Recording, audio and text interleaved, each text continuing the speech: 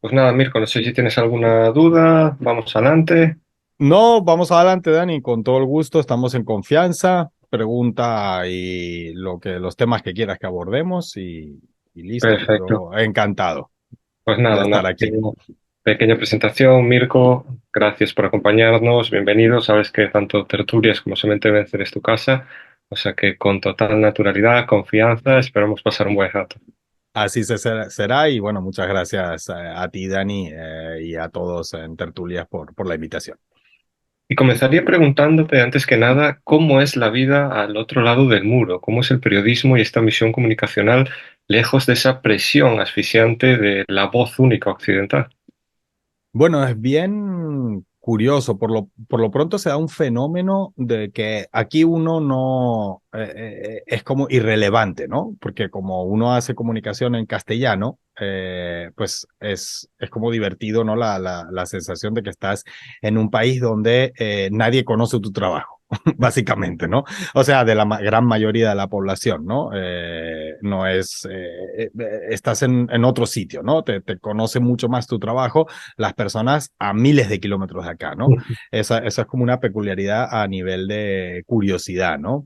Eh, También es interesante saber como que generas una expectativa diferente en nuestros países donde se habla castellano, porque estás en efecto en otro lugar, ¿no? En otro lugar sobre el cual hay muchas leyendas, hay muchas mentiras y mucha calumnia, pero también mucha idealización, ¿no? Entonces es como que es bien curioso ese fenómeno porque te encuentras en Internet muchas personas que o bien por desconocimiento tienen o por visión política, tiene una visión muy distorsionada. La mayoría que te encuentras con esa distorsión es en contra, pero también te encuentras personas con una distorsión como favorable, ¿no? Que tienen como una visión idealizada de el otro lado del muro, vamos a llamarlo, ¿no?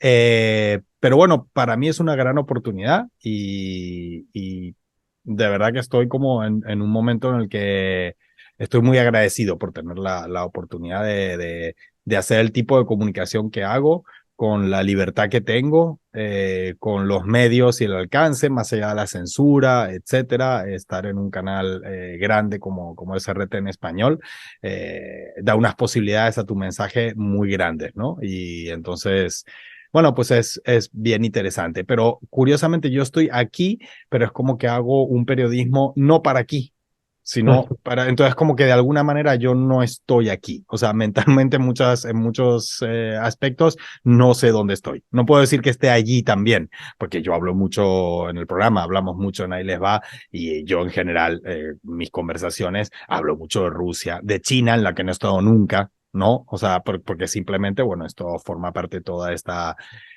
multilateralismo multipolar, no sé cómo lo queramos llamar, entonces uno nunca termina de estar en un solo lugar. Tú tampoco estás en un solo lugar, estás allí en Galicia, pero estás en muchas partes al mismo tiempo en cuanto a tu labor comunicativa, ¿no? Y a mí me pasa un poco algo parecido. En este sentido nos hablas como que notas, imagino que especialmente en redes, dos polos. No sé si consideras que cada vez la información se está dividiendo más entre esas dos caras de lo que sucede en el mundo. Sí, ahora mismo, justamente esta mañana, antes de venir acá, había como una cosa curiosa que te muestra, incluso en las redes sociales, particularmente en X, pero se puede ver en otras redes sociales como similares, como un fenómeno de esa como casi bipolaridad, no en un sentido psiquiátrico, ¿no? Sino jugando con lo de multipolar y unipolar, ¿no? Y por ejemplo, te encuentras que en Twitter pues te puedes encontrar, por ejemplo, banderas de Ucrania y del Estado de Israel en perfiles juntas, ¿no?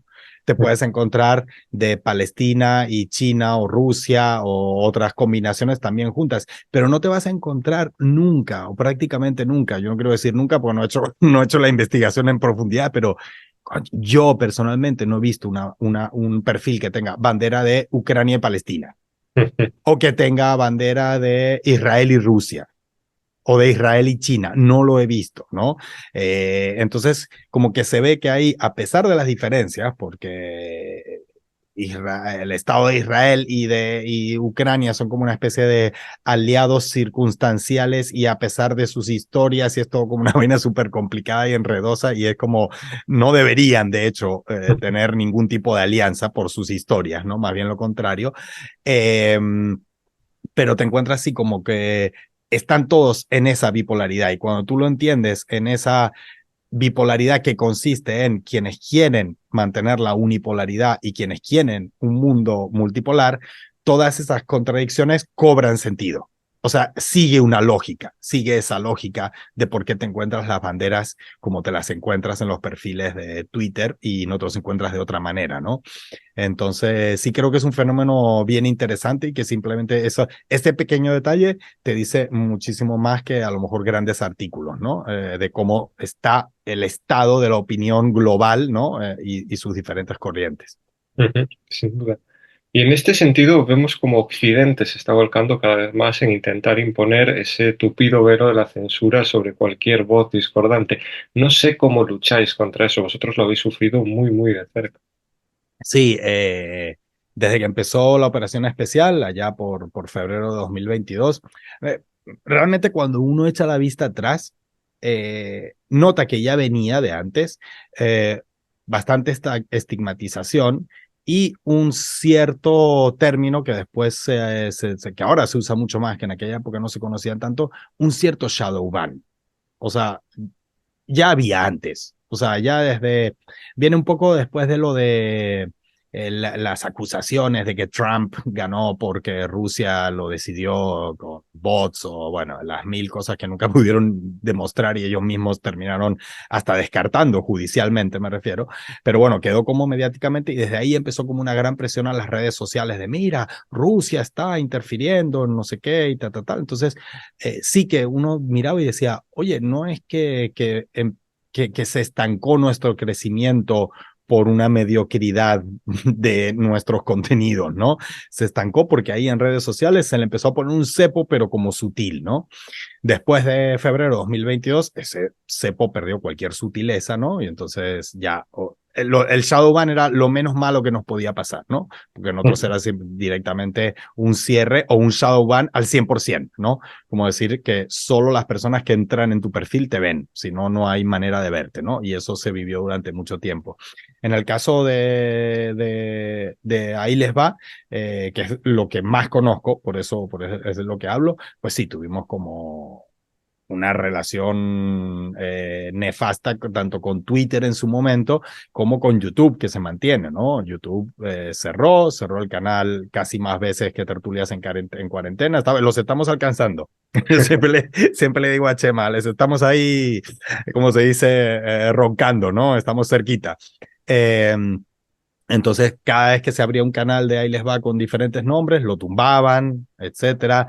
En el Twitter, antes de que lo tomara Elon Musk, y esto no es una defensa de Elon Musk, que conste, pero es la realidad, o sea, el César lo que es del César.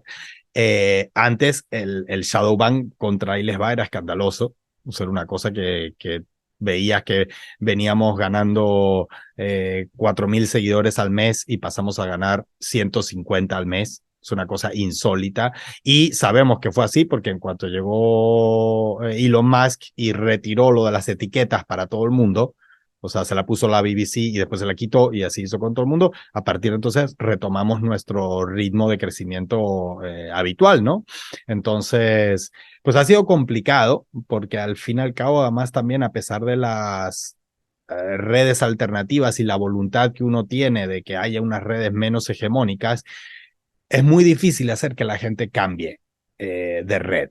Es decir, es muy difícil que la gente tú le digas, mira, YouTube me censuró, no usen más YouTube. Eso no tiene sentido. Y ni siquiera digo que esté mal que la gente lo haga, es lógico. O sea, YouTube sigue siendo una gran, no sé si ya es la mayor, TikTok ahí le está roncando también, ¿no?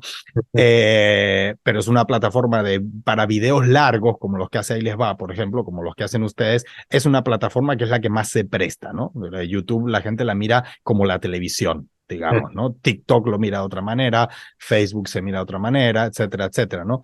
Entonces, no estar en YouTube haciendo videos largos es muy complicado defenderte en redes, ¿no? Uno lo sube en Twitter, lo sube en Facebook, lo sube en redes alternativas como Contacte, como Odyssey, pero la gente no sigue estando en YouTube y uno no los puede culpar. No puede agarrar y decir ahí, no, ustedes están colaborando con la red hegemónica que borra los contenidos, que no sé qué. No, es totalmente comprensible, ¿no?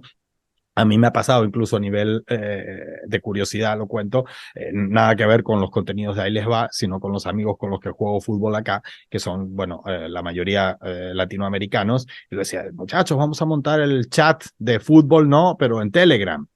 Y era toda una dificultad. Y estamos en Rusia. Imagina, no, es que toda mi familia ya usa WhatsApp. Entonces, ¿para qué voy a tener Telegram? O sea, todo el mundo, no sé qué. Y yo era como el evangélico del Telegram, estaba ahí fastidiando, ¿no? No había forma. No lo conseguí. O sea, el grupo que se sigue usando es el de WhatsApp. Hay uno de Telegram que muy de vez en cuando le intento dar algo de vida, ¿no? Entonces, esto es un fenómeno normal. Entonces, la cosa de las redes fue muy fuerte. Pero al mismo tiempo, mientras que en toda la Unión Europea RT fue cerrada, sacada al aire, ahora hablando a nivel de televisión, nos quitó una parte del público, pero la parte del público que teníamos en la Unión Europea básicamente era en el Estado español. Era minoritaria respecto al global de nuestra audiencia. Podía ser, no sé, 5%. No creo que más de eso. Estoy diciendo medio, no como un dato duro, pero rondaba eso la audiencia de RT en español y por tanto la de ahí les va. ¿Qué pasó en Latinoamérica? En Latinoamérica no pasó nada a nivel de pantalla. Entonces seguimos saliendo. Ahora, de hecho, el programa sale con mayor frecuencia en pantalla de lo que salía antes de 2022. Entonces ha hecho que nuestro programa sea bastante reconocido en América Latina. Y yo las ocasiones que he estado de visita, particularmente en Cuba y en Nicaragua, es cuando me siento estrella de rock, porque Mm. me paran en la calle y ahí es como que para mí es, upa, este programa sí que está llegando y RT en español en general está llegando, ¿no? Porque la gente te reconoce y a veces te en la calle y dice, el de RT! O directamente, Mirko. Y bueno, yo siempre bromeo con que agradezco volver a Moscú, porque si no esas vainas se te suben a la cabeza, después y uno se divisa muy rápidamente, no se vuelve divo. Entonces yo digo, vuelvo a mi Moscú donde nadie me conoce y se me bajan los humos, ¿no? Pero bueno, fuera de ese chiste, es bonito saber que a la gente le llega, ¿no? Y que le llega incluso cuando te paran en la calle y te comentan. Lo más bonito no es que conozcan el programa, sino que tú te das cuenta que lo entienden. O sea, que no es un fenómeno simplemente de alguien que sale en una pantalla, sino que te dicen, me encanta y les va porque siempre apoya datos y las conclusiones no las ponen ellos, sino que te dan todas las cosas para que tú saques tu conclusión y es como muy elegante la forma de decir las cosas. Entonces, como que notan todo el trabajo que hay atrás y entonces es como que todos en el equipo nos sentimos como más reconocidos. Pero básicamente esa ha sido como la dinámica de las dificultades y no dificultades que hemos tenido en esta circunstancia. El problema es básicamente en redes. En pantalla, básicamente no ha habido un gran cambio y hasta cierto punto, a veces hasta en Latinoamérica es beneficioso, porque a la gente también dicen, me estás borrando esto, estás sacándome de las redes, pues yo lo quiero ver, ¿no? Y se hace un esfuerzo extra a veces y cuando hay una mínima herramienta de ir, bueno, pues la gente también hace ese esfuerzo, ¿no? Y eso se nota. Ujú. En ese sentido, no sé si consideras que todas esas sanciones de la Unión Europea, también de Estados Unidos, en general de ese mal llamado bloque occidental, los está aislando más a ellos quizá que lo que están consiguiendo aislar a países como Rusia, China, Cuba, Venezuela. No sé si son ellos, somos nosotros, por desgracia, que hablo desde ese bloque, los que nos quedamos fuera de ese mundo que están haciendo, que es ya una realidad. Sí, en líneas generales, en lo que Josep Burrell llama el jardín, ¿no? El jardín occidental, que se refiere a la Unión Europea, pero realmente no se refiere a la Unión Europea. O sea, ahí cuando habla de eso, está incluyendo a Estados Unidos, a Canadá, a Japón. Yo a veces lo llamo el G7 y aliados, ¿no? O sea, es básicamente, o el norte global, o como lo queramos llamar. es una especie de submundo. Submundo no lo digo necesariamente en un término peyorativo, ¿no? Sino porque es que está como es menos que el mundo, ¿no?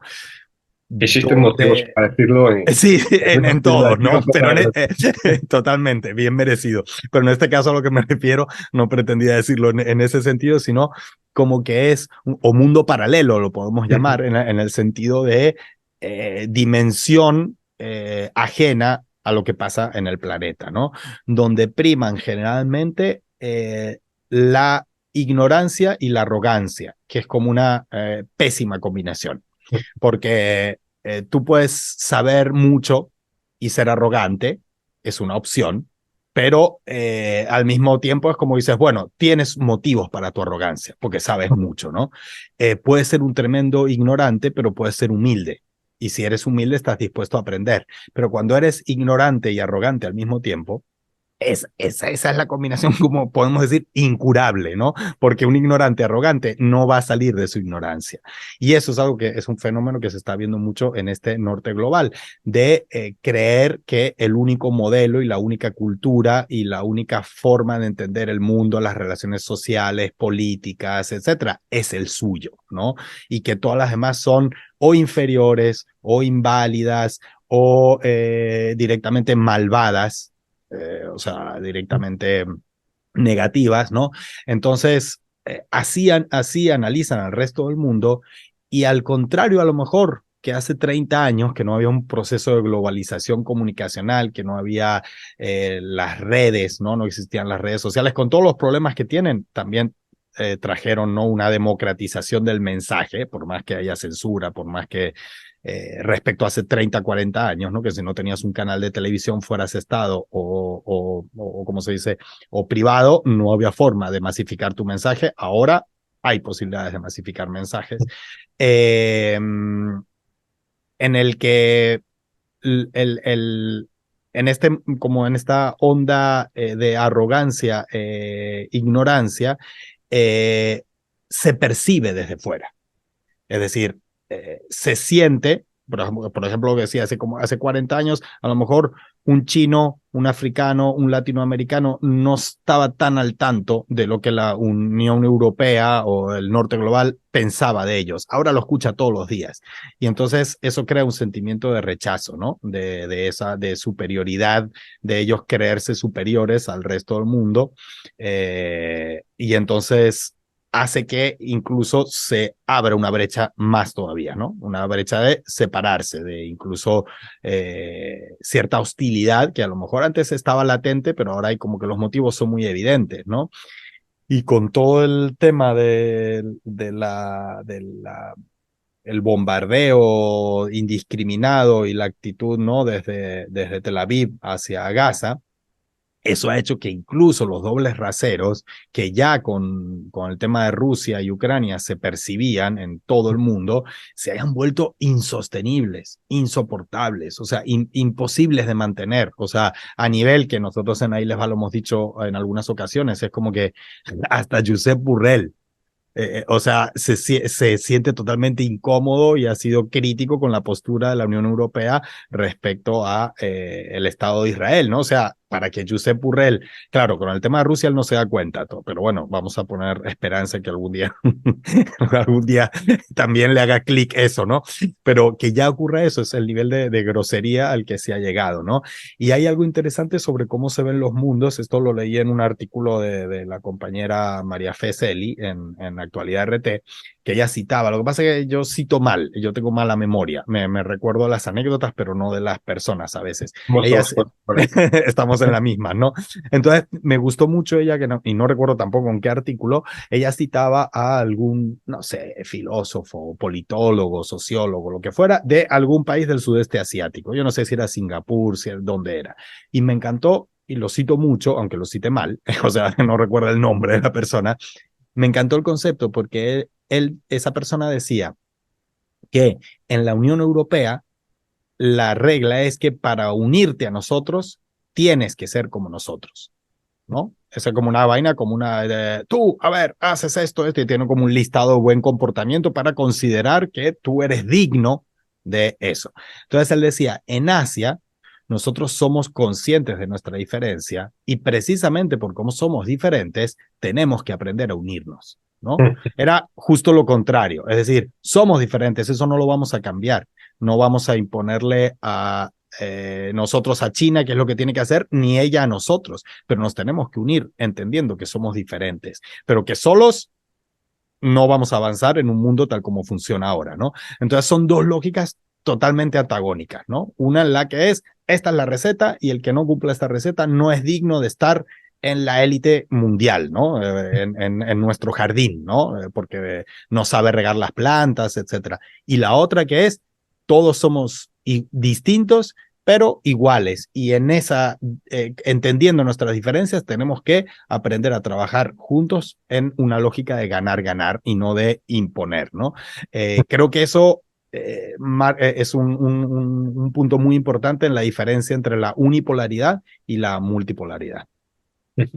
No sé si en ese sentido, porque esa búsqueda de la asimilación, de intentar que el diferente tenga que, en último sentido, adaptarse totalmente a los criterios que uno propio considera mejores o superiores, al final es lo que está detrás del racismo, eso que Europa ha exportado, su principal producto a lo largo de la historia. Si eso puede explicar también, hablábamos del ente sionista que ha asesinado a decenas de periodistas, ha asesinado a miles de palestinos. Parece que existen protestas, pero casi que ante un silencio o una pasividad difícil de comprender ante la magnitud del genocidio que estamos viendo. Pero sin embargo hemos visto como esta semana el ataque contra una ONG, la ONG del chef José Andrés, que la podemos llamar realmente ONG, sí que despertaba la indignación de sectores de la población, parece que incluso mucho mayores que ese genocidio. No sé si existen realmente hoy en día tragedias que no merecen ser contadas o si esa búsqueda de asimilación, de no reconocer al diferente como un igual, puede explicar esa deuda del periodismo, pero de las propias sociedades con tragedias que se dan al otro lado, en el sur, ¿no? Sí, es sorprendente cómo se activan estos, son casi como tendencias psicológicas, vamos a llamarlos, ¿no? O sea, hay muchas personas que esto que puedo decir, o sea, que voy a decir puede resultar polémico porque pareciera que es una especie de justificación o algo así. No, para nada, para nada. No es para nada ni justificar ni matizar, pero es cierto que la mayoría de las personas que actúan así no son conscientes de ese racismo estructural que tienen dentro. O sea, no son conscientes. Y a veces es complicado hacerlos despertar porque lo que provoca es decirle, tú eres un racista estructural, ¿no? Es ir a entromparlo de frente. Pero eso no vas a conseguir que cambie así, ¿no? Esto, una cosa ahí como de ver, a ver, mira, entiende, tal, ¿no? Es como que hay también por una cuestión de que la gente se acostumbra por pura repetición a lo normal.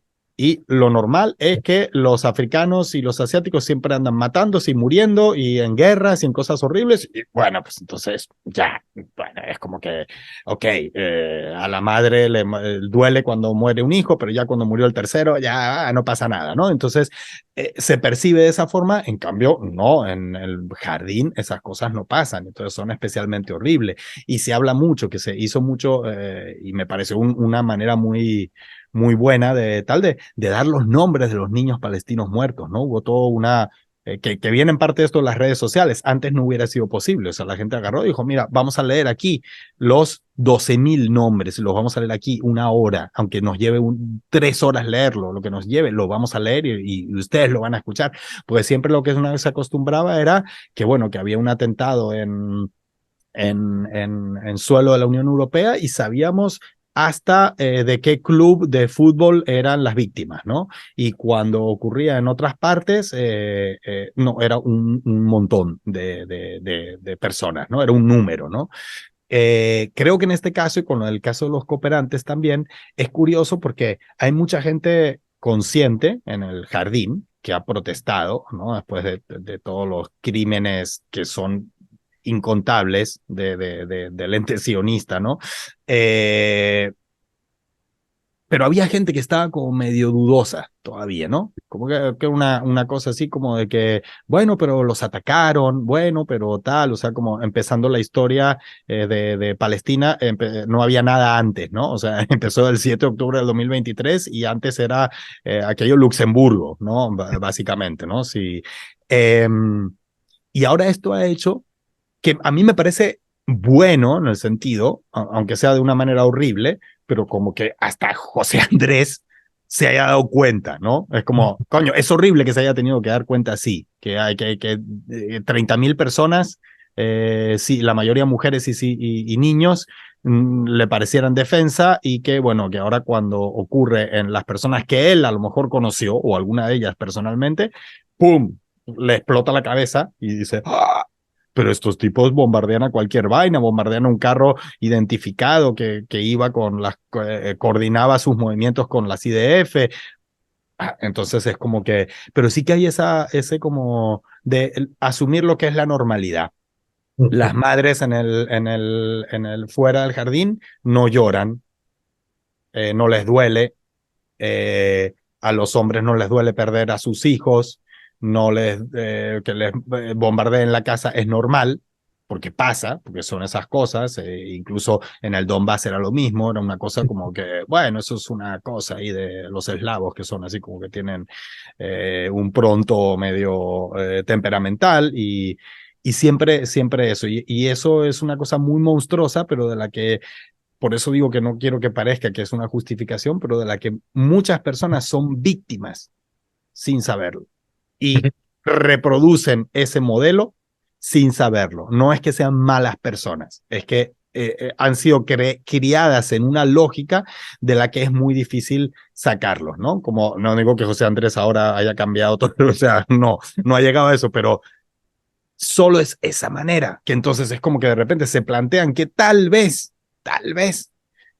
Tel Aviv esté aplicando políticas genocidas. Hasta ese momento no se lo planteaban, ¿no? Pues, no es que no les importen las políticas genocidas, es que ni siquiera son capaces de verlas, porque están en un mundo totalmente paralelo, creado por, bueno, los medios de comunicación, la política y la dominación colonial, que es de siglos, ¿no? Que hace que es que, bueno, no, unos se benefician de este modelo y los otros son las víctimas de ese modelo, pero no lo ven así. O sea, lo ven como que nosotros somos los civilizados, los que tenemos las democracias avanzadas, no sé qué, los otros viven en una guerra civil interna porque, bueno, no son civilizados, ¿no? De hecho, antes hablabas, ponías el ejemplo de Telegram y WhatsApp, como incluso en Rusia la red social WhatsApp es mayoritaria y es difícil hacer que la población cambie, se mude de red social. En otro programa hablábamos también de cómo una camiseta de los Lakers era muy fácilmente encontrable en China, pero camisetas de equipos propios incluso resulta difícil. No sé ese concepto de hegemonía en relación a los medios de comunicación, pero también a la industria de entretenimiento, del deporte, lo estamos viendo con los Juegos Olímpicos, por ejemplo. No sé si consideras que resulta necesario forzar, aunque sea difícil, cambiar un poquito todos esos escenarios en ese mundo naciente, porque realmente, tal y como lo estás expresando, tienes toda la razón. Gran parte de la población es víctima de esa propaganda constante, de esa normalización de lo que para nada es normal. Es muy difícil que hagan ese despertar, ese chip, ese cambio, sin cambiar antes todos esos medios de producción propagandísticos que los mantienen en ese letargo. Sí, mira, fíjate, yo creo que, y esto es como una especie de crítica o autocrítica, ¿no? Incluyéndonos también en Ahí les va como parte de este problema, ¿no? Creo que en ese intento por abrir un mundo multipolar, que para mí es irreversible, pero no quiere decir que por irreversible sea inminente. Yo no me atrevo a dar una fecha. Una cosa son mis deseos y otra cosa lo que pueda ocurrir, como nos pasa a todos, ¿no? En eso creo que se han hecho ya hace años grandes avances en lo comunicacional. O sea, simplemente que se hayan aparecido medios de relativa o de mucha influencia que lleguen al occidente colectivo, vamos a llamarlo, a dar otra visión, sea Actualidad RT, Telesur, Hispan TV, Al Jazeera, cada uno con sus plus, sus contras, pero simplemente que te mostraban como otra cosa y es simplemente decir, uy, pero ¿qué dicen los iraníes? ¿Qué opinan los iraníes de esto? Porque yo ya sé lo que opinamos en Occidente, pero bueno, tener esa posibilidad. Entonces, ahí se ha avanzado. Se está avanzando, sobre todo desde 2022, en una estructura económica o financiera diferente. Eso es tremendo tema también, falta muchísimo para hacer. Yo el año pasado estuve a punto de ir de vacaciones a China y la manera más fácil de ir a China era, o sea, como para ir a pagar con tarjetas, como habían sancionado el SWIFT y todo eso, en aquel momento, no sé cómo era ahora, pero era más fácil, o sea, no era más fácil, la vía más expedita para poder tener una tarjeta y usarla en China era a través de dólares. Y yo, para mí eso era un escándalo. Era, o sea, estoy en Rusia, quiero ir de vacaciones a China y tengo que comprar dólares. O sea, no, o sea, para mí, a mí me explotaba la cabeza en ese momento. No sé si ha cambiado, pero aún así de eso se ha ido avanzando indudablemente, ¿no? En nuevas estructuras financieras, que eso cambiarlo, porque eso no tiene, no es Bretton Woods, eso tiene 500 años a efectos prácticos, ¿no? O sea, cambiar todo eso va a llevar, pero se está avanzando. Pero donde yo veo que estamos más en pañales es precisamente en lo cultural. En lo cultural no hay de momento, no digo que no haya nada, pero de momento no hay, o sea, sigue siendo la primacía cinematográfica, musical, hasta literaria, sigue estando dominada por el occidente colectivo. Y eso es gran parte del tema de la enfermedad que comentaba antes, de una población como adoctrinada. Y bueno, eso es como que el esclavo que no sabe que es esclavo es imposible de liberar, ¿no? El adoctrinado que no sabe que está adoctrinado es imposible que le hagas ver las cosas de otra forma, ¿no? Entonces, toda la industria del entretenimiento marcha en esa línea, en la línea de que nosotros somos los salvadores, nosotros somos los que ganamos la Segunda Guerra Mundial, no, etcétera, etcétera, ¿no? A todos los niveles. Y eso, en eso yo no veo avances. Me puedo estar equivocando y puede haber unos avances sobre la superficie que no he visto. Por supuesto que hay festivales de cine, está el Festival de Moscú que existe desde la época de la Unión Soviética, donde hay tal ahí, pero a nivel de masificación, no, realmente se sigue, los mayores hits del mundo son en inglés. O sea, es como que se ha naturalizado que si tú eres sueco debes cantar en inglés, porque ese es el idioma y bueno, en algunos lugares no pasa. En Rusia no pasa, en Latinoamérica no pasa, en el Estado español ha pasado puntualmente, no sé si mayoritariamente, pero hay muchas bandas que cantan en Es la inglés, mayorita. como que diciendo, bueno, pues ese es el idioma moderno, ¿no? Etcétera. Entonces, todo eso creo que forma parte, incluso más que los informativos, porque va a las emociones de los niños desde pequeños, ¿no? O sea, yo recuerdo de niño verlas, lo que pasa es que yo no sé, era medio levantisco desde chiquito, y entonces yo veía Rambo 3 y yo quería que ganaran los soviéticos. Yo no tenía en mi casa una publicidad, mis papás no eran muy politizados, ninguno de los dos. Mi mamá era yugoslava, yo era como que tenía un cierto contacto con ese mundo, pero no era algo que formara parte. Pues yo veía Rambo y yo iba con los soviéticos, o sea, yo creo que y era como, pero son como extraordinario eso, porque ahí el bueno es Rambo, ¿no? Y entonces tú creces con esa vaina, que los soviéticos son malos, que los rusos, que los chinos. Yo siempre pongo el ejemplo de las películas de James Bond. Las películas de James Bond, los malos siempre son rusos, chinos, árabes. Y así se va dando, es básicamente eso. Y a veces, a lo mejor, no sé, hace mucho que no veo, pero te meten a lo mejor que es en la misma línea, un colombiano narcotraficante, no sé, siempre van a esa línea. Y eso desde niño, entonces forma parte de esa naturalización, ¿no? De aquí estamos en un lugar bonito, civilizado y tal, y ahí fuera todo un montón de civilizaciones que de alguna u otra manera nos quieren hacer daño, ¿no? Y creo que ahí es donde todavía falta muchísimo por hacer. Y si yo supiera cómo o tal, no tengo unas respuestas, porque hay también la cosa idiomática, la cosa cultural, el cine chino, el cine ruso, los cines africanos son muy diferentes. Es como el cine europeo y el estadounidense se han ido como medio ligando y hay muchas películas que son básicamente iguales, copiándose unos en ambos sentidos. No sé eso cómo se resuelve, no sé cómo es el tema de la música también, bueno, pero creo que ahí es donde está el mayor desafío porque va a los sentimientos, ¿no? Va a los sentimientos y en los momentos de crisis o sea, en los momentos no de crisis la gente puede ser muy racional, pero cuando hay momentos de crisis la gente termina actuando por sus emociones, ¿no? Y termina tomando decisiones fundamentales por sus emociones, ¿no? Y entonces en un caso así como de duda, las emociones priman. Y las emociones no las hacen los informativos, sino que las hace la industria de la cultura, del entretenimiento, ¿no? Ujú. Quizá en ese sentido vaya también caminar un poquito en eso que decimos de ver al otro con sus diferencias cercano a nosotros. Yo siempre pongo el ejemplo de que cuando viajé a Cuba podía ver televisiones o incluso programas que venían de Vietnam, incluso de China, y yo siendo gallego no tengo acceso a la televisión portuguesa, que me queda muchísimo más cerca en algunos casos que contenidos que vienen de Madrid, pasando por Washington o por Londres. Parece que en ese sentido cuesta mucho librarnos de ese dominio estadounidense. Sí, sí, totalmente. Eso es que incluso dentro de la propia Unión Europea se produce un fenómeno bastante curioso, ¿no? Que es, ya se fue el Reino Unido de la Unión Europea. Chao, eso se acabó. Eh, ¿Cuál es uno de los idiomas más usados o el más usado dentro de la Unión Europea? El inglés. ¿Quién habla inglés en la Unión Europea como idioma nativo? Irlanda. Punto. Se acabó, ¿no? No sé si me dejo alguno, no sé si Malta no me acuerdo si está en la Unión Europea o no, pero bueno, o sea, realmente es como que los irlandeses son los que salieron ganando, ¿no? Porque hablan como yo, digamos, ¿no? Bueno, tienen la cosa colonial, también hablan inglés por imposición, pero hablan inglés, ¿no?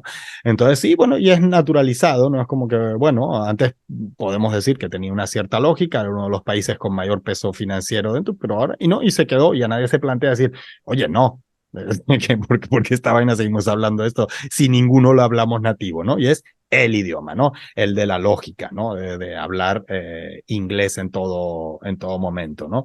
Entonces, sí, creo que ahí, como decía, queda mucho por hacer. Y esa, fíjate que la globalización se vendía como una multipolaridad y la globalización termina siendo la globalización que quiere imponer el norte global, ¿no? Porque hay otros países que entienden la globalización de otra forma. Los chinos la entienden de otra forma. También son de globalización. O sea, ellos no son contrarios a la globalización, pero la interpretan de una forma. Pero la globalización, tal como se nos vendió en el occidente colectivo y la quiere aplicar, es una globalización que es un unilateralismo disfrazado, ¿no? Entonces es que haya restaurantes de comida rápida estadounidenses en todas partes, y cosas europeas en todas partes, pero al revés no se ve el mismo fenómeno. Cuando los chinos van y dicen, bueno, les vamos a vender carros, estamos en globalización, ¿verdad? ¿No? Entonces les vamos a vender los carros eléctricos que los hacemos, entonces no, esos carros eléctricos no cumplen los estándares de la Unión Europea. Huawei nos espía. Y así con todo, ¿no? Y entonces ves como, oye, pero tú me convenciste, ¿no? Vamos a decir, tú me convenciste del libre mercado, del comercio sin barreras y no sé qué. Y cuando con esas reglas yo me convierto en un rival financiero, entonces dices que no te gustan, ¿no? Entonces, creo que en el aspecto también cultural se ve eso, ¿no? La táctica de levantar la escalera que siempre ha aplicado la vieja Europa y también Estados Unidos. Y en este sentido existe una experiencia que creo que tanto en el ámbito cultural como comunicacional, con ese poder popular, ha roto mucho esta barrera que ha sido Venezuela. Porque con la llegada de Chávez vemos cómo se populariza mucho los medios de comunicación, se ponen al servicio de diferentes iniciativas de la propia población. También se avanza mucho en la cultura, vemos como en los barrios, con la música, con el cine, con todo tipo de producciones se entregaban las herramientas realmente al pueblo. Tú has tenido una amplia experiencia en ese país, no sé qué lecciones has podido sacar de la experiencia venezolana. Bueno, siempre lo digo, le debo muchísimo a mi experiencia, a mi formación tanto profesional, vamos a decirlo, ¿no? Porque digo formación profesional porque fue sobre todo practicando, ¿no? No es que yo estudié en Venezuela, aprendí que no es lo mismo, ¿no? Y que es mejor que estudiar, ¿no? Sí. Eh, y también en la visión multipolar, yo la primera vez que escuché esa palabra fue con Chávez. Y la verdad que no me resultaba una palabra ajena. Te hablo, no sé, año 2006, 2007. y hablaba de multipolaridad, no sé si él usaba esa misma palabra o una muy parecida, pero ya hablaba del concepto, ¿no? Y era como, ¿cómo es esto? ¿No? Era como que aprendiendo. Y eh, toda la época, digamos, antes de todos los problemas que surgieron después a raíz de las sanciones, del derrumbe del petróleo, de las contradicciones internas, de un montón de sucesos dentro de la Venezuela bolivariana, eh, fue una época de mucha energía y mucha experimentación, ¿no? O sea, era como que, bueno, tal, ahí siempre en Venezuela citan ahí al maestro de Simón Bolívar, que es Simón Rodríguez, que decía, o inventamos o erramos, ¿no? Entonces siempre era como que, bueno, vamos a probar esto y vamos a probar aquello. Había mucho lugar para experimentar, para ser atrevido en los contenidos, para realmente fue una época muy chévere. Yo hace ya 6, 7 años que no estoy allá, no sé cómo son las condiciones ahora, pero entiendo que la filosofía con las diferentes circunstancias, ¿no? Por la situación económica que ha vivido el país en estos últimos años, ahora un poco, bastante menos por lo que me cuentan, pero que todavía deja su marca.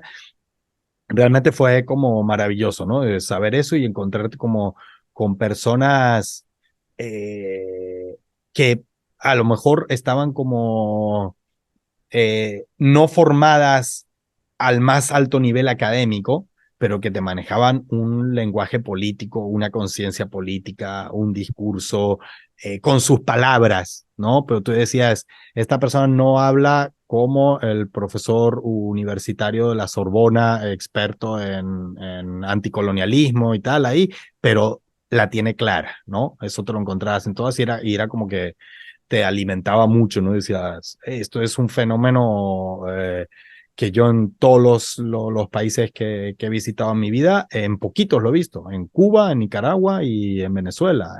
En el Estado español, muy te tienes que buscar a esa gente, no te sale espontáneamente en la calle. Y cuando alguien espontáneamente en la calle te habla, generalmente lo que pasa es eso, no, viviste en Venezuela, es dictadura, tal, y ya ni lo que hablábamos de la arrogancia y la ignorancia, no te preguntan. Bueno, ni siquiera tienen la capacidad de que puede decir por dentro yo ya tengo mi opinión, pero voy a aprovechar a una persona que vivió allá y que me cuente y bueno, yo ya le creo, no, ya eso no, pues estos unos corruptos y unos no sé qué, y populismo y no sé qué, y tú intentas abrir la boca y no, no hay posibilidad, ¿no? Pero no, yo a Venezuela siempre la llevo mucho en el corazón y en la cabeza también, porque realmente fue una época de la que a pesar de los errores, las contradicciones, los problemas que acarrea cualquier proceso de cambio gigantesco como lo fue aquel, no, el balance es para mí siempre muy positivo y no para mí, o sea, para mí en cuanto a mi opinión, ¿no? Totalmente positivo y hay muchísimas cosas que yo todavía aplico de lo que aprendí allá. Muchas veces me pregunto que si yo no hubiera vivido en Venezuela, muchas de las convicciones que tengo ahora no las tuviera tan claras. Me tambalearía más en ciertos conceptos, ¿no? Y el haber pasado esos 11 años en Venezuela fueron para mí un piso sobre el que pisar con seguridad, ¿no? Yo siempre digo que curiosas dictaduras esas como Cuba o Venezuela, que no solo la gente tiene la capacidad, puede hablar de política, sino que tiene las herramientas que esas revoluciones les han dotado de la capacidad de tener un sentido crítico, a veces incluso para criticar la propia experiencia revolucionaria con el fin de mejorarla, pero muchas otras veces para poder debatir, aprender, evolucionar en conjunto. Sí, sí, totalmente. Y no sé si tuviste la oportunidad de charlar o conocer a Hugo Chávez, también una persona que él mismo capitaneó esa comunicación popular, él mismo cogió las riendas y se comunicó con su programa de televisión a los presidentes, con el pueblo. No, lamentablemente yo no lo pude conocer en persona. En eventos públicos lo vi de cerca, te hablo de niveles de 10 metros, ¿no? O pasaba con el vehículo o uno estaba cerca de la tarima, pero no, en persona nunca tuve la oportunidad de conversar con él, ¿no? Que sí, es como un pequeño ahí como de espinita que me quedó clavada, pero realmente es como una espinita muy pequeña. O sea, el haber vivido aquellos años, o sea, prefiero haber vivido aquellos 11 años que haber coincidido con Hugo Chávez en una charla una vez, en una visita suya a Madrid y hablar con él 5 minutos. Me quedo con lo otro, o sea, porque, y eso no es por desmerecer a Chávez, no para nada, ¿no? Pero el haberlo vivido, haberlo estado en primera persona, para mí eso tiene un valor insustituible, ¿no? No, él mismo decía que Chávez es pueblo. Conociendo al pueblo venezolano o su revolución, uno realmente conoce también a Chávez Sí, y a su. sí, tal cual.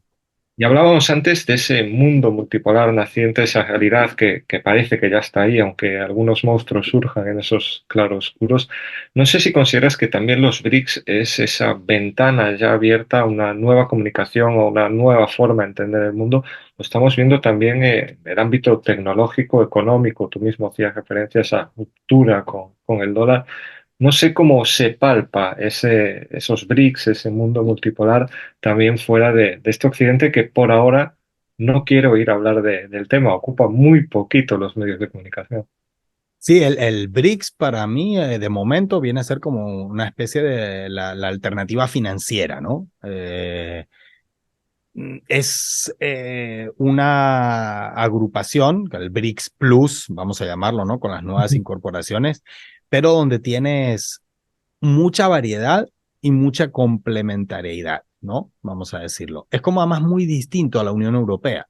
En la Unión Europea la complementariedad es mínima. O sea, si tú te fijas, es básicamente como una serie de países de servicios que viven de la energía hasta ahora barata que compraban de otros lugares para tener sus servicios, tienen un respaldo militar de sus monedas de una u otra manera, y eso es, pero no es que tú digas ahí, no, tiene, pues, Noruega ni siquiera está en la Unión Europea, que podría decir que es como no, no, ni siquiera, no es que decir que uno surte de esto y uno surte de lo otro, realmente son países muy parecidos, ¿no? En cambio, en los BRICS, que era lo que hablábamos antes, de las diferencias, son muy distintos. Son muy distintos. Por ejemplo, Rusia es un país con una gran capacidad energética. No es su única capacidad, no es una gasolina con bombas atómicas, como dice Borrell, o no me acuerdo quién andaba, si era Estados Unidos, no me acuerdo quién dijo la frase, pero sí es cierto que cónchale, es el país más grande del mundo. Mucha mala suerte tendrías que si tienes el país más grande del mundo no hubiera ningún recurso energético ahí. Sería demasiada mala suerte, ¿no? Es el país más grande del mundo y una industria heredada de la época soviética que era de explotar esos servicios, esas energías en el buen sentido, digamos, ¿no? O sea, sacarle partido a eso. No es que sea un país mocho tecnológicamente, es el país que puso al primer hombre en el espacio, o sea, eso, y a la primera mujer, o sea, eso no, y eso queda educativamente sigue siendo un país potente, o sea, tiene otros valores, pero tiene la energía, ¿no? Entonces ya es como tienes ahí. China tiene la tecnología, pero no tiene la energía, ¿no? O sea, China no es, a pesar de que es un país grande, no es un país que tenga, o a lo mejor precisamente por su capacidad de producción, su energía no le basta, necesita otras energías, pero es una potencia tecnológica que ya está superando a Estados Unidos en muchísimos temas y va a ir a más todavía, ¿no? Entonces, ya ahí tienes con solo esos dos, que solo hubiera una alianza, que el BRICS fuera algo así como, no sé, Rusia y China, o sea, que fuera la versión más min, ya eso es tremenda alianza. Pero además sumas a la India, sumas con simplemente en términos de población. Eso que parece una tontería. O sea, parece que como que la gente, como no somos acostumbrados tanto a medir los países por dólares, nos olvidamos que tener 1.300 millones de personas es tremendo fuerza, es una fuerza impresionante. Eso tener ahí puede ser, ponía antes de ejemplo, Luxemburgo, son 4 gatos, viven de los bancos, pero no son fuertes realmente, ¿no? Entonces tienes 1.300 millones de personas, mano de obra, no en el sentido de explotación, sino de capacidad de producción. Entonces tienes los 1.300. Después tienes los países africanos. Argentina se lo perdió. Bueno, ya ese es un problema de ellos si dejaron pasar ese tren.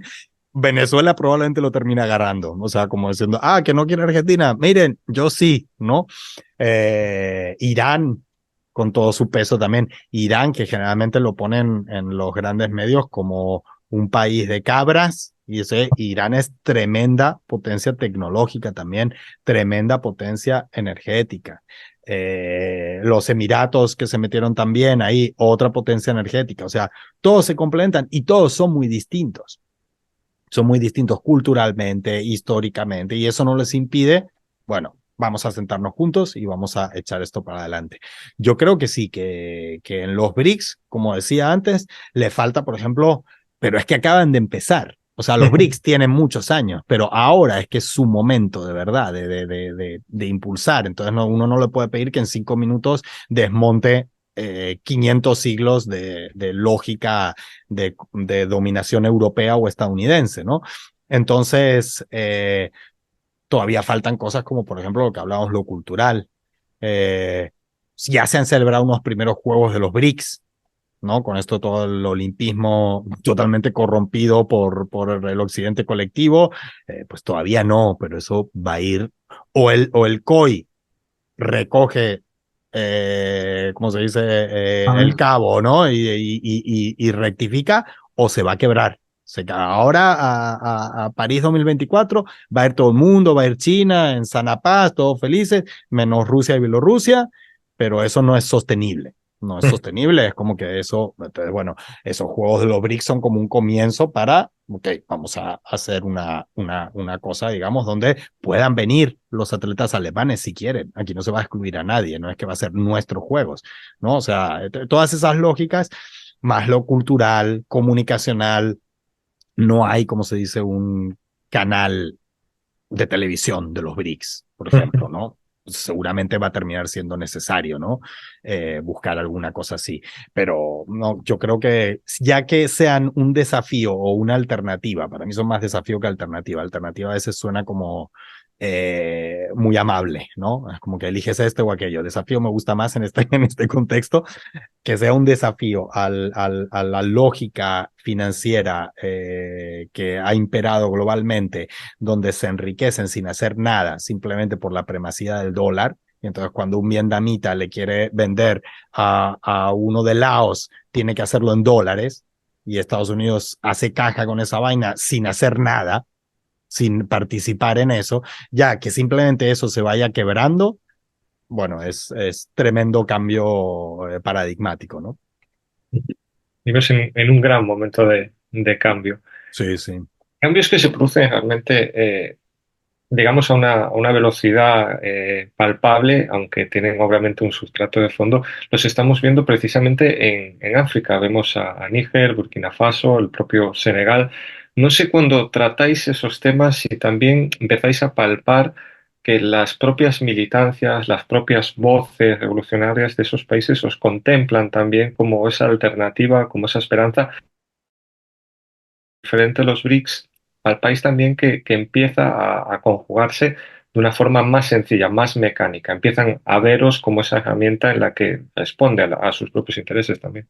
Sí, no, África es seguramente el continente que, no lo digo sin vergüenza, pero es la realidad, en el que menos conocimiento tengo, ¿no? Pero sí que hemos incursionado sobre todo en entender la lógica de que lo que hablamos de la ignorancia y la arrogancia antes, realmente es tragicómico que en Francia no entiendan por qué hay un sentimiento antifrancés. ¿No? Les dimos el idioma, les enseñamos la moneda, o sea, prácticamente como los enseñamos a caminar, o sea, ellos lo ven como así, ¿no? O sea, no lo entienden y no lo entienden sinceramente. O sea, tú cuando ves las declaraciones, uno a veces tiende a creer que hay gente que es mala, ¿no? O sea, que es mala como uno lo...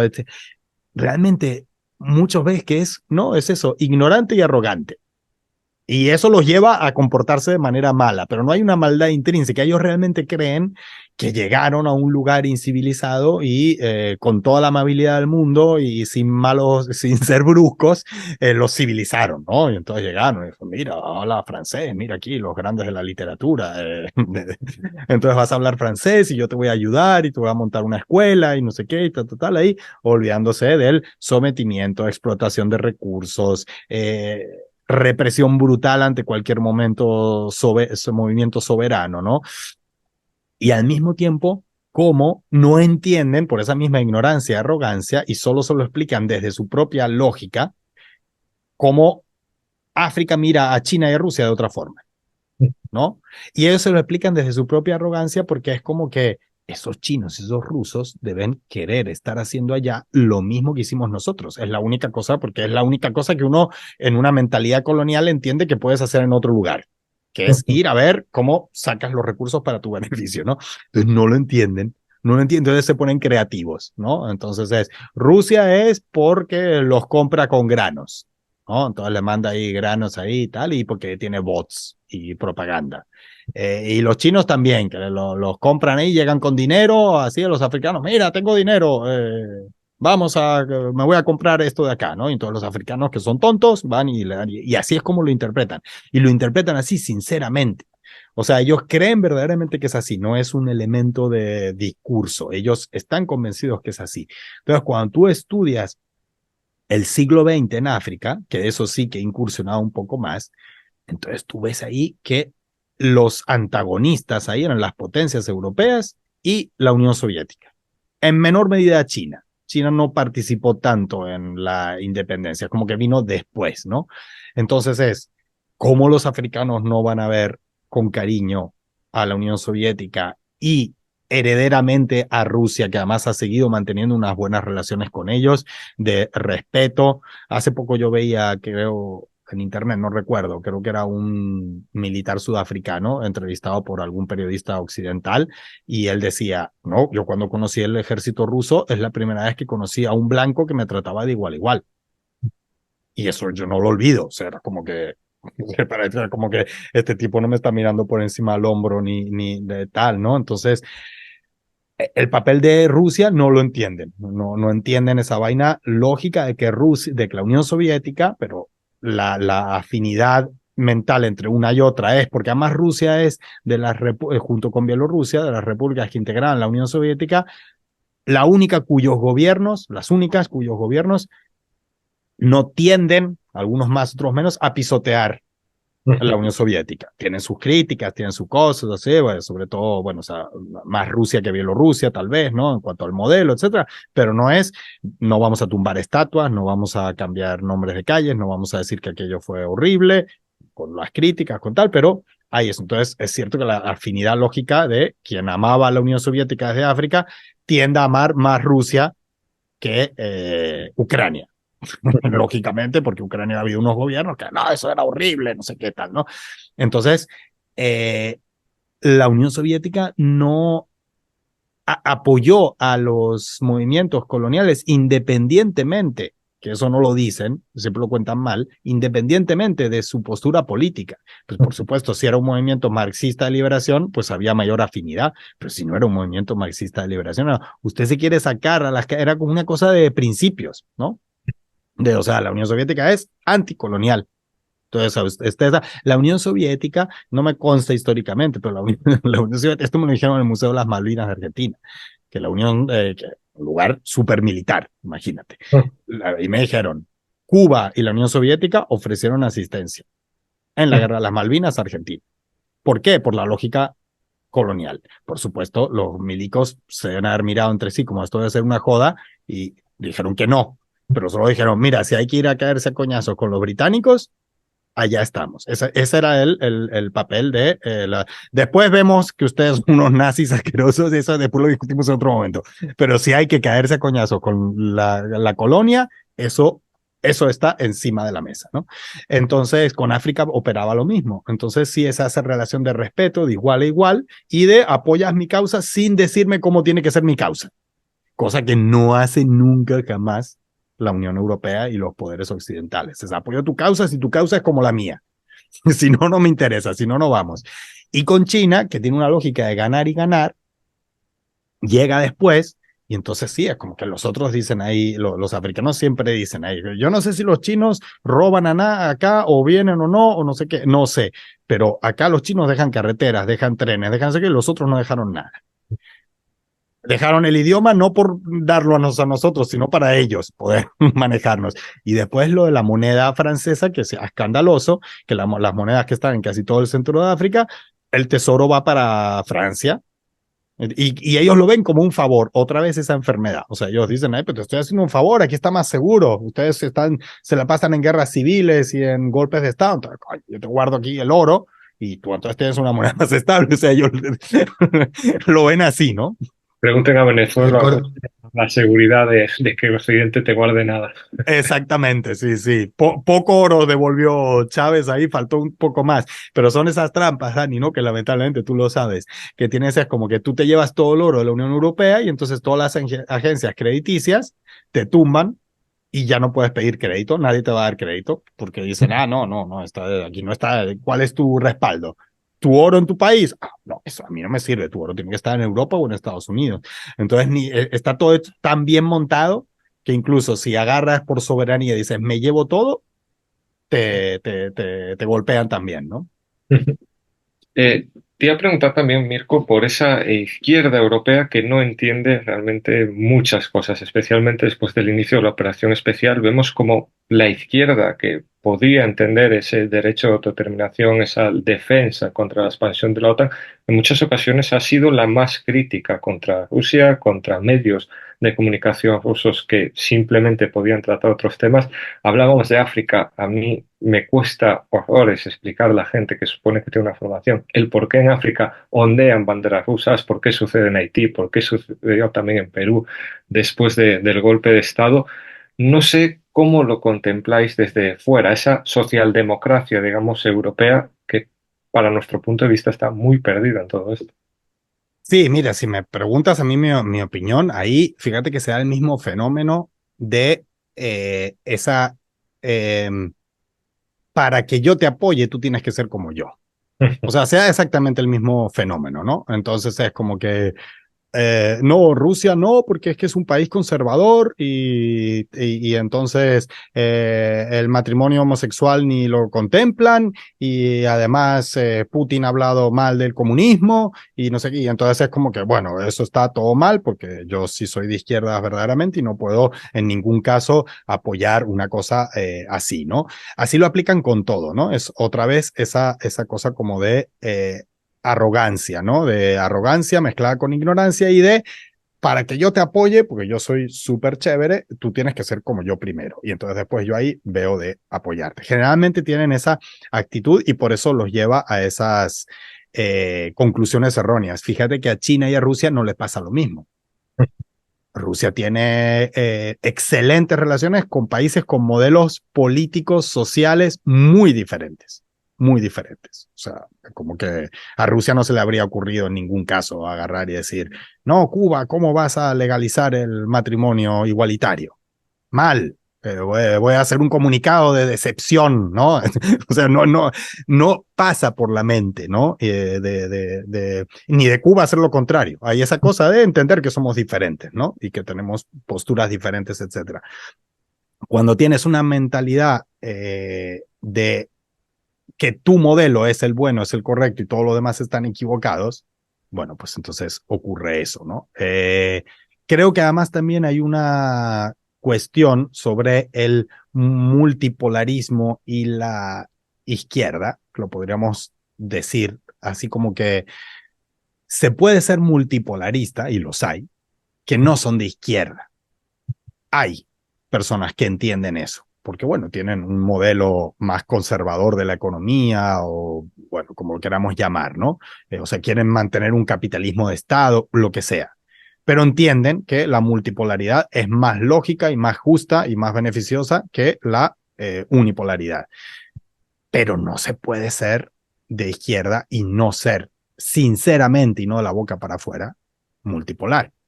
O sea, y multipolar pasa por entender que hay cosas que no compartes en otros modelos y que puedes estar incluso muy en contra, pero no puedes estar en contra de ese modelo como país, como Estado, y decir que, y sumarte al discurso otra vez sin saberlo, sin sentirlo, sin creer, creyendo que está siendo súper frontal con la OTAN y también con Rusia, porque están los dos al mismo nivel y está siendo así un contundente ahí. No, aunque tú no quieras, por la lógica en que funciona el mundo, cuando estás haciendo ese tipo de equiparación, estás beneficiando a la OTAN. Puedes no estar de acuerdo, puedes llorar, puedes patalear. La realidad, y no es culpa tuya, esa realidad no es culpa tuya, pero la realidad es que eso termina beneficiando el discurso de la OTAN, ¿no? El discurso hegemónico, ¿no? Entonces creo que la izquierda europea en general también tiene un problema de a quién quiere agradar. Ese también es un tema, ¿no? O sea, ellos pues tienen sus aspiraciones electorales y quieren convencer a un público que es víctima de esta cultura de generaciones y entonces pues tienen que agradarles. Y tú en el Estado español no puedes agradar a la mayoría de las personas si vas y dices que incluso sin estar de acuerdo en que te guste la guerra o algo así, o sea, porque no se trata de eso, no es que guerra me gusta, guerra no me gusta, pero puedes entender los motivos de Rusia, ya te estás quitando a una enorme parte del electorado. Si entonces dices que Irán, aunque no compartes, yo qué sé, el tema del velo y otras cosas ahí y tal, pero que consideras que Irán forma parte de un eje importante de la resistencia contra el proyecto colonial israelí y que no puedes destruir eso porque si destruyes eso lo que haces es afianzas en listo, otro porcentaje del electorado que se te va, ¿no?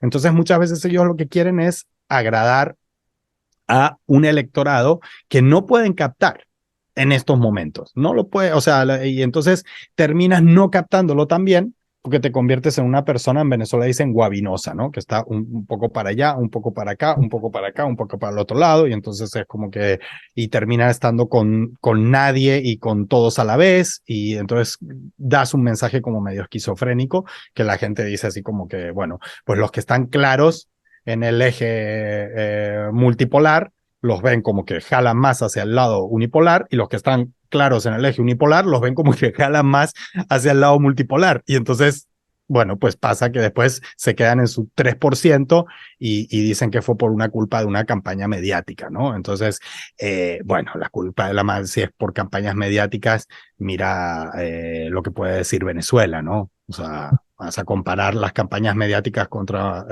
ciertos partidos en Europa con las campañas mediáticas contra los gobiernos chavistas y no hay color y ahí sigue y sigue con porcentajes de voto que en Europa son insólitos, ¿no?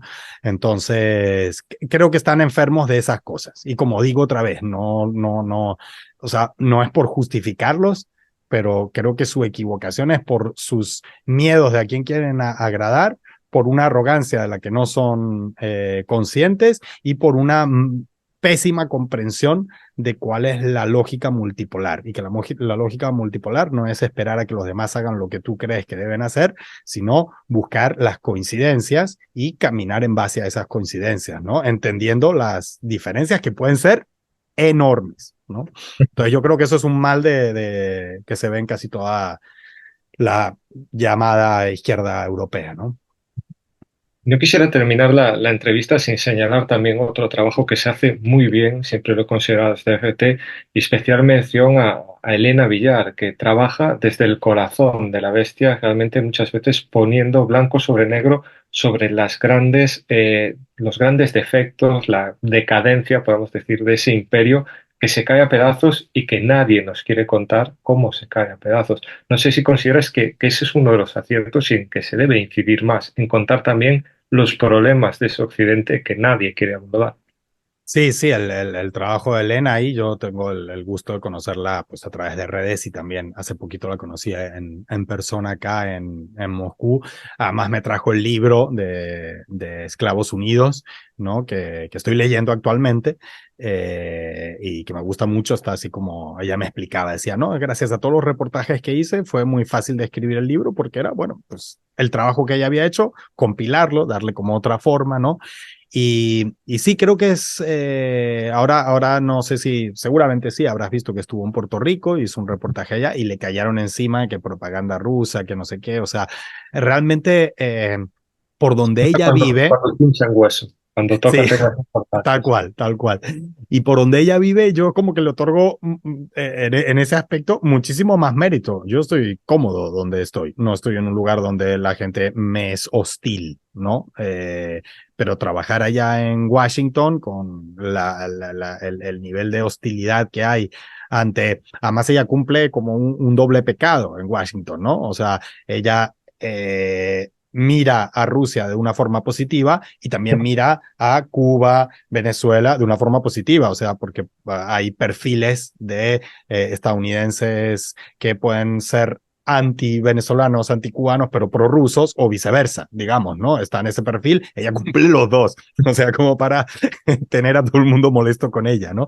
Entonces sí, me parece y bueno, esto le corresponde más contarlo a ella, no sé si lo ha hecho en alguna ocasión, pero ya me comentaba las dificultades que pasó cuando empezaron las sanciones y las ganas de ella de seguirlo, todos los sacrificios que tuvo que hacer, pues cuando se cortaron todas las vías económicas, ¿no? Entonces ella decidió seguir y eso es algo bueno, que creo que hemos agradecido todos, ¿no? Que haya podido seguir haciendo ese trabajo a pesar de las dificultades. Creo que en ese momento se vieron los periodistas comprometidos, los de verdad, los que amaban la profesión y los que buscaban otros intereses y huyeron por pata. Y ahora le doy Sí, paso a Chema porque si no me mata y también creo que quiere saludarte. También lleva ahí esa carrera de quién es más censurado. Por ahora ahí va ganando. por ahora, por Ya, ahora. no tertulia. Estoy deseando que me censuren otra vez porque me veo que me atrapan, me está roncando detrás. Está, Bueno. sí, sí, la remontada empezó. Bueno, hasta ahora Semente era lo serio que sabéis que es siempre, pero es más serio que si me metas a mí. Ya te arriesgas ahí a un diálogo abierto y a que opine y ya, bueno, voy a hacer de chat de YouTube aquí en directo opinando. Bah. Primera cosa, con África tenéis antídoto, ¿eh? Solo tenéis que conectar con Rosa Moro, que por cierto este viernes también sale con nosotros de nuevo. Es la blanca más negra, ya te lo dije. Tengo el Eh, número y tengo pendiente esa conexión. Sí, sí, Y no la voy a esa, dejar pasar. y esa lectura del libro primero, porque casi te digo, lee primero el libro y luego. Muy interesante. Dato, en el 2004 Malta se adhirió a la Unión Europea y desde 2008 adoptó el euro. Y su forma de representación, administración gubernamental está inspirado en el británico. Bueno, Bueno, ahí está. Los maltenses salieron ganando también bueno, con la salida de la Unión del Reino Unido. esta no la vi venir, pero con la conexión Rambo-Mirko ya lo entiendo todo. Ahora ya sí, ahora sí, se lo tienes que contar a tu alter ego, Sí, Eh, sí, a Kevin Arjona. Lo del racismo, incluso inserto en los genes, que viene muchas veces de la autoprotección, porque ser, por ejemplo, en Cuba, en tiempos de colonia, ser más blanco era como ser menos negro. O sea, yo recuerdo una anécdota de unos que conocí allí, una negra como el tizón. Pero ella decía, no, Chema, yo soy trigueña, ¿eh? O sea, ella era negra, pero decía, no, pero aquella sí que es negra, ¿eh? Yo decía, pero ¿cómo sois racistas entre vosotros?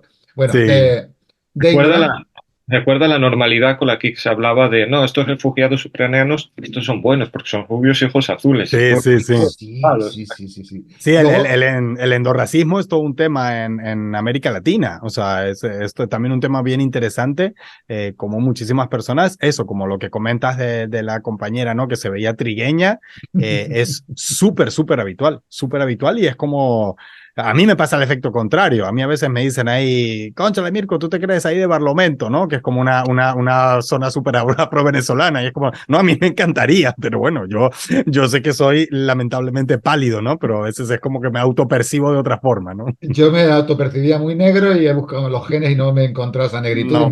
y me ha cabreado. Por cierto, de ignorantes arrogantes están las universidades llenas, las de Occidente, ¿eh? Y no me refiero solo a la Complutense ni a la de periodismo, ¿eh? Pero llenitas. O sea, yo siempre he dicho, decía a un amigo que tenía una cierta pena por no estar, no haber ido a la universidad, y yo le decía, tranquilo, querido, que allí hay más tontos por metro cuadrado dentro de la universidad que fuera. Te lo digo para que lo vayas sabiendo. Eh, Periodismo. El periodismo para Rusia, decías, me libro porque hago un periodismo para afuera desde Rusia, ¿no? Y efectivamente no tengo ese divismo que me puede. Pero yo el otro día le comentaba a una productora de RT que había que hacer un periodismo para Rusia desde fuera, porque siempre no hay profeta en su tierra, esto no solo es en España. Y entonces el otro día oyendo a Javier Carrasco, como decía con Atilio, ostras, entonces no estamos locos, la multipolaridad existe y tal y cual, si ya se está funcionando. Y me daba cuenta de que estaba hablando como ciudadano ruso, que en Rusia a lo mejor pueden creer que tu gobierno te está vendiendo tu cuento y resulta que no. Entonces, claro, tiene que venir alguien de fuera, contarlo. Pero para que de verdad creas que es de fuera, yo le decía a la productora de RT, para que de verdad creas que es de fuera, tenemos que hacerlo gente fuera. Y no me digo yo, cualquier otro, no es para una cuestión personal, sino que, pero desde fuera, pero no como un invitado a un programa que tú, sino como un programa que tú traes de fuera y que tú emites en Rusia con sus subtítulos rusos o lo que sea, ¿no? O sea que por esa parte, periodismo para Rusia desde fuera creo que sería muy interesante, del modo que tú lo haces además, ¿eh? Luego, ¿qué opinas del Kevin Arjona ruso? Podría ser una fórmula, ¿no? Bueno, un par de notas más, que te voy diciendo unas notas que he hecho mientras hablabais, muy breves, ya tengo solo dos o tres más. Un medio alternativo de menos volumen, esto ya son una preguntita, dos preguntitas. Un medio alternativo de menos volumen, como el nuestro, puede influir incluso en medios hermanos más hegemónicos dentro de nuestra trinchera. Ya no como ahí les va, que al habernos conocido igual en algo te podemos influir, pero no sé, medios grandes que estén en la misma trinchera, aunque hagas un medio no hegemónico, es importante no solo como testimonial, sino como fuerza, como fortaleza. Sí, totalmente. Hay medios que a lo mejor tienen menor alcance, pero tienen una gran influencia porque quienes los ven multiplican ese mensaje. Es decir, como que a veces tienes personas que a lo mejor ven un programa, entonces uno ve las visualizaciones y dice, lo vieron 1.000 personas, pero esas 1.000 personas son, de esas 1.800, son personas que viven exclusivamente dedicadas, digamos, ¿no? En su pasión, digamos, es la geopolítica. Entonces esas 800 personas pueden valer mucho más porque eso que vieron terminan multiplicándolo en su vida, en sus canales, no importa si dan crédito o no. O sea, no es una cosa así como de reconocimiento en este caso. Y eso puede ser mucho más válido que a lo mejor un programa que tiene 20.000 personas, pero que es de personas que quieren una opinión como un conocimiento superficial sobre algo, ¿no? Entonces, pues sí va a influir también, sin duda, porque es más gente, pero no va a tener ese efecto multiplicador que puede tener un programa que tenga menos audiencia, que sea más pequeño, pero que tiene más influencia desde un punto de vista como exponencial, ¿no? Porque las personas que están ahí son las que realmente les interesa. Y a mí a veces me pasa, incluso con Ahí Les Va. Con Ahí Les Va el saber que a veces algunas personas, que no sé si estoy autorizado a decirlo, entonces no lo voy a decir, pero algunas personas muy influyentes me dijeron en la cara, estamos siempre atentos a sus contenidos. Bueno, y a mí se me pusieron las piernas a temblar, ¿no? Porque era como que están muy atentos, o sea, debería ser al revés, ¿no? Entonces, sí, esas cosas a veces como que el hecho de que te vean menos personas no desmerece para nada en la influencia, me refiero, que pueda tener, porque esa influencia después se multiplica, ¿no?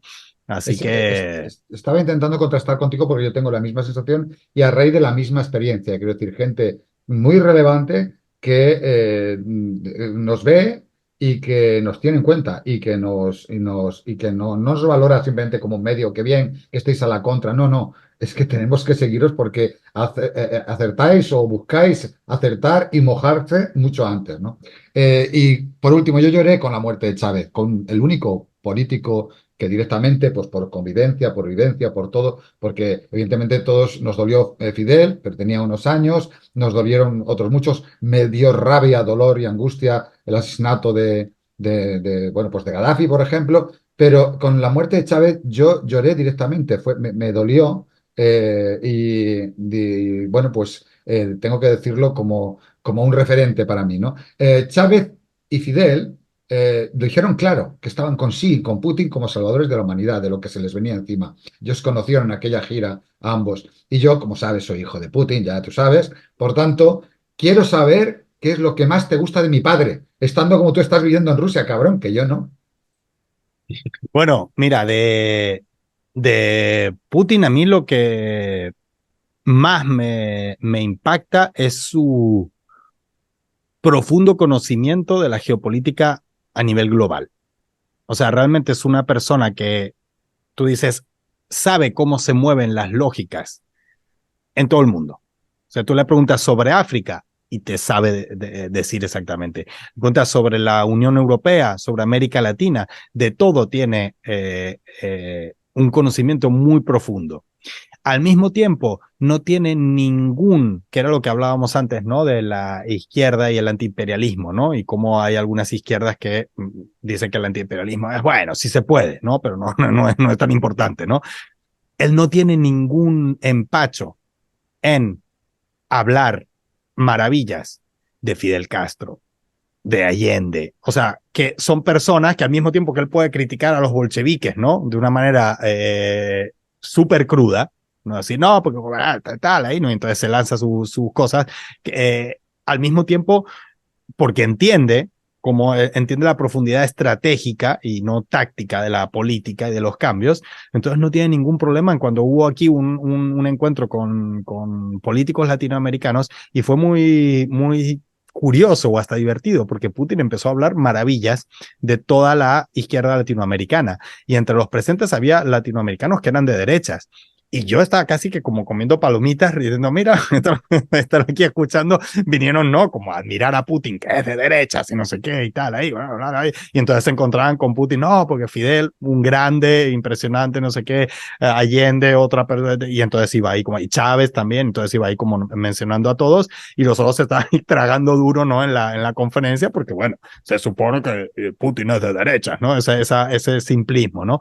Entonces esa capacidad de él de más allá de sus opiniones personales o de lo que él tiene como política interna, de entender cuáles son las alianzas y cuáles son las que fortalecen a todos, independientemente, otra vez, que es como medio obsesivo, de las diferencias, que en algunos temas pueden ser inmensas, casi antagónicas, pero él es capaz de pasar por encima de eso. Entonces, su visión estratégica y su no sé, el antónimo de cortedad de vista, ¿no? O de Mm. visión, que tanto vemos, sobre todo, pues en la izquierda europea y también en bastantes izquierdas latinoamericanas, ¿no? También se Fíjate ve que, esa fíjate cortoplacismo, ¿no? que esa dirección, o sea, ese factor común entre, por ejemplo, Putin, Fidel o Chávez, que es esa capacidad extraordinaria de asimilación de conocimientos, de análisis, de visión a futuro, la tienen los tres Sí, y eso obliga, yo creo, a Putin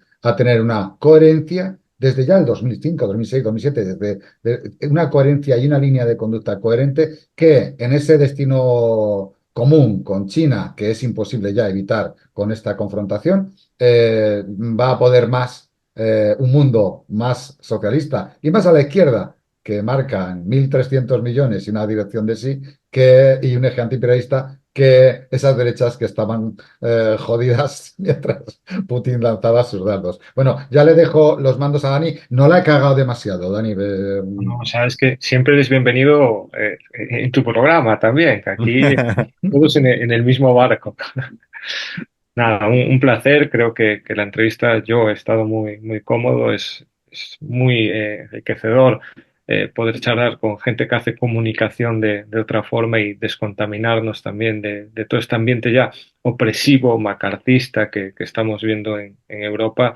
Y creo que ahí es donde debemos aunar fuerzas. Esta misma semana le transmití apoyo a Bruno Carvalho, el periodista portugués que pudo cubrir desde el Donbass, de los pocos que consideró que allí también tenía que haber una voz y que está sufriendo una persecución total y absoluta de esos ucranianos que parece que se van de su país, teóricamente exiliados, pero que se dedican en los diferentes países que los acogen a perseguir, a señalar a las voces discordantes y a llevar a cabo esa política fascista que realmente es la que muchos hemos denunciado que el Donbass llevaba sufriendo durante tantos años. Por desgracia, esta Europa empieza a ser realmente asfixiante, empieza a recordar a lo peor del siglo pasado y creo que nuestra labor también es esa, empezar a hablar frente a frente, a sentarnos con experiencias que en este caso creo que son similares, que nos entendemos bien, pero que aunque no lo fueran, nos tienen mucho que aportar. Latinoamérica, África, Asia,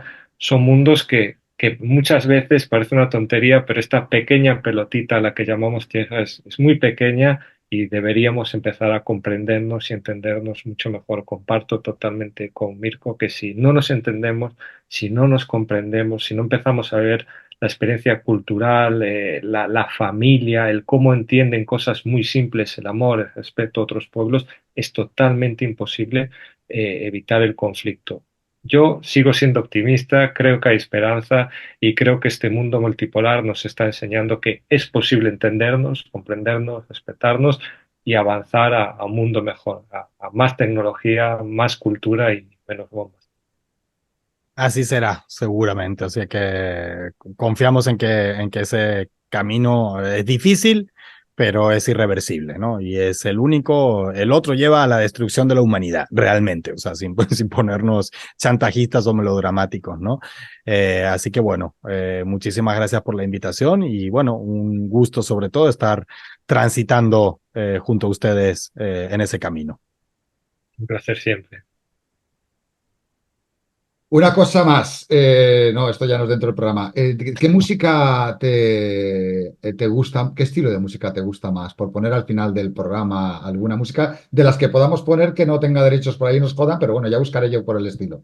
Claro, yo mira, te cuento así a nivel de curiosidad, mi viejo trabajaba en una empresa discográfica, entonces en mi Ajá, casa desde niño se escuchaba toda vaina, qué cualquier bueno. cosa, se escuchaba de todo, yo desde niño estaba como acostumbrado a eso, pero después, y a pesar de mi peinado, a lo que yo terminé saliendo es el rock duro.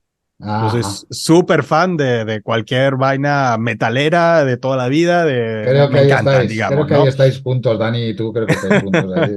De toda la vida. Entonces, sí, sí, cualquier cosa, pero yo te escucho cualquier cosa. O sea, me gusta escuchar cualquier género musical, ¿no? Pero lo que más escucho, y curiosamente cuando trabajo, yo escucho música. Yo los guiones los escribo con música, yo no puedo escribir en silencio. Entonces siempre, y lo que ando escuchando siempre son como algún disco metalero de mi generación y casi que en loop. Un día entero puedo estar escuchando eso porque es como un sonido que está, pero no está. Si escucho ahí como que alguien habla por fuera, me distraigo. Entonces pongo eso y a algunas personas, algunos compañeros les sorprende. Sí. ¿Y cómo haces para escribir con esa música? ¿No te distrae? Yo no, al contrario, me ayuda a centrarme, tenerla. Pero otros días voy y me escucho ahí a Johann Sebastian Bach y su clave. Una hora, pum, así, loop, ¿no? Entonces, bueno, pues puede variar. Pero en general, cualquier género musical, la verdad que lo disfruto mucho y además soy un músico frustrado que he intentado aprender, pero para eso no tengo ninguna mano. Entonces acumulo instrumentos que después no sé tocar. Me Está desdigo, fascinante, te lo puedo firmar, ¿eh? Porque es exactamente lo mismo. Así es, Igual, ¿no? y tampoco me compré una guitarra y ahí quedó. No hay manera, ¿no? me desdigo, sí que va el programa este trozo, ¿eh? Me merece la pena que escuche la gente lo de que lo pone en loop y la música. Y por cierto, Mirko, ahí en la parte de me gusta todo tipo, yo igual. Y una de las cosas que nosotros hemos hecho establecido en el canal es música delante y detrás, de cierre y de entrada, siempre, Sí, sí, ¿no? sí, No, sí, no, lo he no, visto. no, o sea que no es. Bueno, pues yo por mi parte un abrazo grande, Mirko, se te quiere y.